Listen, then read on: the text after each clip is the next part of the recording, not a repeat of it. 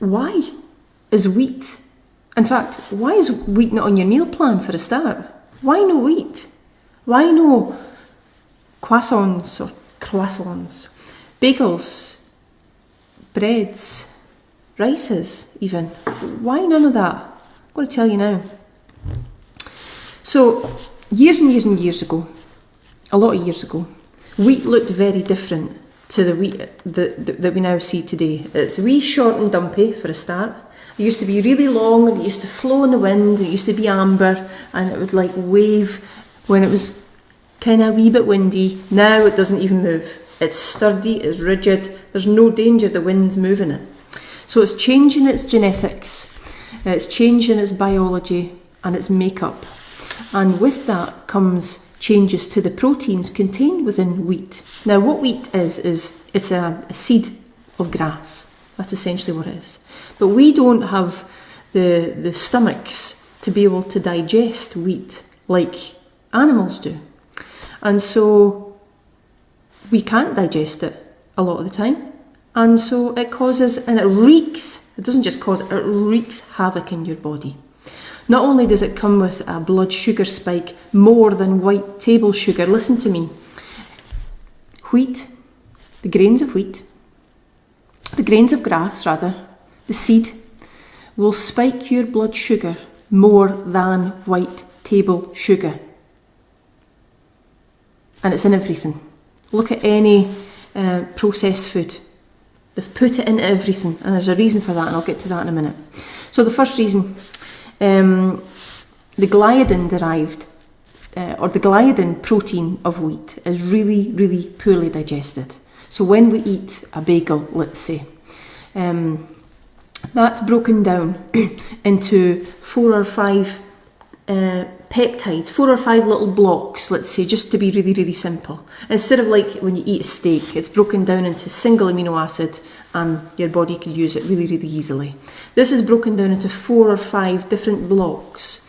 Now, because it's broken down into these blocks, some of them cross into the brain and they drive appetite. Really, really cleverly developed in the laboratory. The book Metabolical is amazing. Dr. Robert Lustig, even early on in the book, is saying, it's not necessarily the food, it's what's being done to the food. So this processed wheat is coming in to your diet, and the peptide bonds are driving appetite. That's the first thing. So that's why when you eat, say, like a bowl of pasta, you go to the Italians, you sit down and have a big bowl of spaghetti bolognese. Shortly after it, you're hungry again. Do you notice that? Or you have a Chinese curry, and you have the rice and the prawn crackers, and you maybe even have the chips. But the wheat, because it drives that hunger hormone and crosses the membrane into the brain, it's a really potent hunger stimulator. So that's the first thing. Those peptides also trigger mind effects. So if your child has ADHD or behavioural problems, then grain could trigger that because of the peptides crossing into and stimulating the brain and brain activity. It could also trigger so if somebody's got bipolar, the up phase of bipolar disorder, depression, eating disorders. So it could really trigger an eating disorder as well because of that stimulating effect on hunger. So all in all, already you're hearing about how it crosses into the brain. Nobody's really talked to you about that, about what's in croissants and bread and stuff. You just think it smells nice. In the bread aisle in Sainsbury's, it smells amazing. Put some butter on that, it's relatively harmless. It's healthy whole grains, right? The government tell us it's really, really healthy. It's one of the most unhealthy things that you will never eat again if I've got my way. And if you do, it's once in a blue moon. That doesn't mean that you can't have pizzas, because actually we have pizzas. Doesn't mean that you can't have anything that's made with flour. You just need to change the flour. Coconut flour, almond flour. There are different ways to make what looks like bread, conventional bread. We can make our own bread. It's not on the meal plan. For a reason, we need to get you away from that. But there's definitely things in the recipe book that do involve benign flours, safe flours. So, the intact gliadin, so the gliadin-derived opiate effect is one thing, but the gliadin that's not broken down and stays intact also causes autoimmune disease, of which there are lots. And you've maybe even got autoimmune disease. A lot of women do. That can be lupus, type 1 diabetes. There's tons and tons of them, and I speak about a number of them on Feel Look Be. But that's what gliadin does. The protein contained within wheat causes, in a lot of cases, autoimmune disease. Nobody's told us that when we're feeding it to our kids. Also, the amylopectin A, it's called, it's the carbohydrate content of wheat, is more potent than blood and than table sugar, than white sugar. Sugar that's in the dish beside the kettle, not in this house. That white table sugar, the carbohydrate content of the wheat that you eat, that's in the croissants and the breads and stuff, will spike your blood sugar more than white table sugar, which is why so many people that eat pastries and rices and stuff are diabetic or have some sort of pre-diabetic state, blood sugar state going on. And that is the reason why. Even though it's healthy whole grains, it's not really healthy whole grains. We've been misled and sold a big fat lie, and it was nothing to do with fat. It was carbohydrates. Carbohydrates, refined carbohydrates and sugars are what's causing the damage to your health.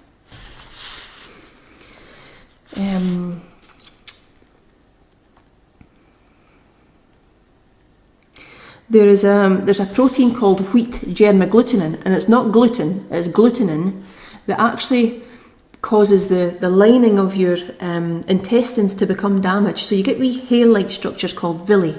And what it does is the wheat germagglutinin, it erodes the villi and causes them to basically split and become damaged. And actually, you could get symptoms that look like and sound like celiac disease, but you're not celiac. And that's what it could look like. It's that bad. And that's the damage that it does. It also causes the walls to split. So the villi get eroded away, let's say, and the tight junctions become so eroded that actually it starts to split. And then your body, this is an aside, your body, because you've been eating so much crap and getting very little fibre, and the microbes or the flora within your intestines become the bad stuff and not the good stuff. But because there's a sort of a lack of good quality fibre in there, the bacteria get really, really hungry. Or the gut flora, rather, get really, really hungry, and they start to erode and eat away at the walls as well. So it's getting narrower on this side, it's getting narrower on this side, so the whole thing, your intestines shot to bits. And it's really because of this poor diet. And actually, you could look like you've got celiac disease, but actually you don't. It's all the crap food caused by wheat, seeds of grasses. That goes for oats as well, and lots of others.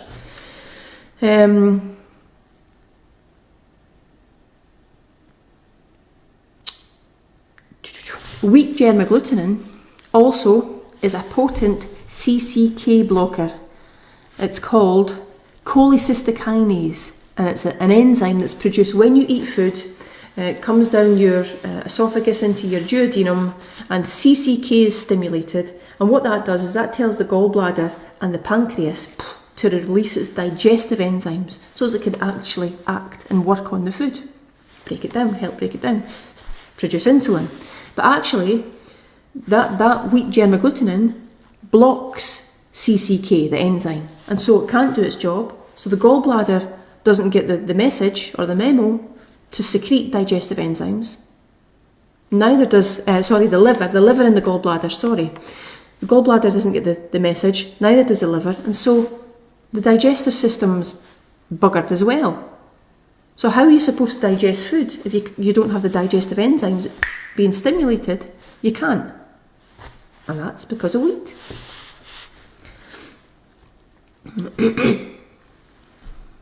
Wheat also causes a lot of allergens, and you'll know that, or allergies. So from rosacea to asthma to itises to massive amounts of inflammation,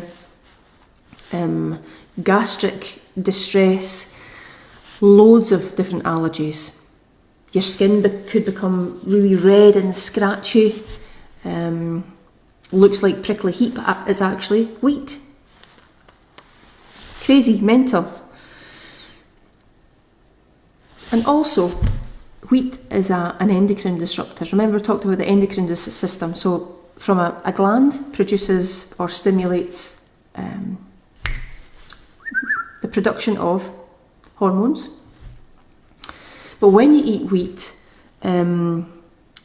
the fat that you retain, and if you're a wheat eater, you've definitely got a belly, don't you? In most cases anyway. And that fat in men, what it does is it kind of overtakes testosterone, so more estrogen is produced because of the fat. The fat produces estrogen. And when that happens, guys tend to develop breast tissue. And the prolactin also is stimulated by the brain that tells the breast to get ready, so men start to lactate. That's scary if you're a man, I'm sure. And men start to develop hips and get prostate issues and stuff. And it's because there is more estrogen in the male body than there should be or needs to be. And it's caused by the fat that you're putting on because of wheat. Scary, eh? Last one. These big food industries, or we call it agribusiness, are obviously really, really clever. Added to the fact that wheat is as detrimental as it is, it's been sprayed with glyphosate or Roundup, and so it can cause cancer. So we've got all these things. It's toxic because of the chemicals have been sprayed onto it, but because of the massive impact it has on your behaviour, you start to crave wheat. So when you start to eat carbohydrates again, you can't stop. You start with the bread and it smells really great. You get the butter on there. You start with a slice of bread and then it goes from one thing to the next and you really struggle to get off it, and that's why you are withdrawing today. It's mainly because of the wheat. The sugar as well, but definitely the wheat, because it's in everything. But they've got so clever that they've jammed it into everything. They've put wheat into almost every processed food because it influences your buying behaviour. They've got you hooked. They know you're going to keep buying. Belly's getting bigger. Present to the doctor. On medication. Big pharma, agribusiness, working together. Everybody's happy. You are in a pickle. You're actually treating the symptoms instead of the cause. The cause is these healthy whole grains. I don't think so. I don't think so. Neither does Dr. Robert Lustig. Neither does quite a lot of people in his field. And I believe them. I believe the science. I believe the research. The only thing that we can do is look at the science, look at the research, and make a judgment. That's the only thing we can do. And because I've looked at it that much, over years and years and years, I truly believe what these guys are saying. I believe the science. I believe the research. Why would I not? So that is wheat, and that is why it's not on our meal plan.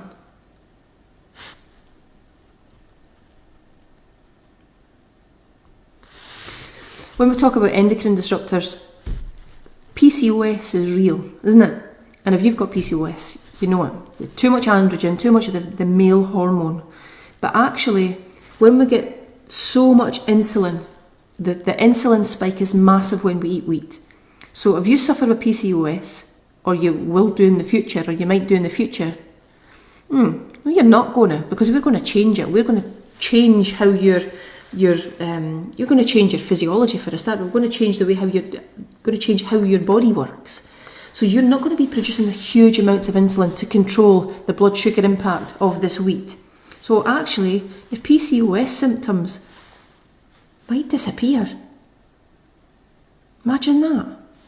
So when you've got hypertension, high blood pressure, or diabetes, or fertility problems, facial hair, as a woman, it must be horrendous. Actually, that endocrine disruptor of wheat has a lot to answer for. We can actually control so many health problems by eradicating it from your diet. There is another way to make a pizza. There is another way to make a pastry style food through the benign flours that we use on Feel Look Be and benign flours that are in that recipe book. Okay? All you need to do is follow the meal plan. Don't ask me, can I switch this and that? I don't want to hear that. No, you can't. Stick to the meal plan and only switch in the protein. And if you're vegetarian and vegan, make the switches. You don't like steak, make the protein switch. I'll have chicken instead, or I'll have prawns. I don't like fish, so I'll have venison. Make the protein switch, but do not change the meal. Don't ask me again, right? Because the answer is no. When you do your own thing, everything goes to pot. When you do my thing, you end up thinking I'm incredible. And I'm just teaching you a system, that's all. So that is wheat. So, green veg, hugely, hugely important. You must support your liver. Really early in that book, Dr. Robert Lustig talks about what processed food does, and it does two things. It destroys your gut and it destroys your liver. The first few pages, these are the problems. These are what make processed food really, really bad. And the spin-offs are massive health implications for you, not for me, not for whoever, for you. So you must support your liver. You must eat lots of green leafy vegetables. You have to. Green soup. It'll also help you with electrolytes as well. Water intake, 2 to 3 litres a day.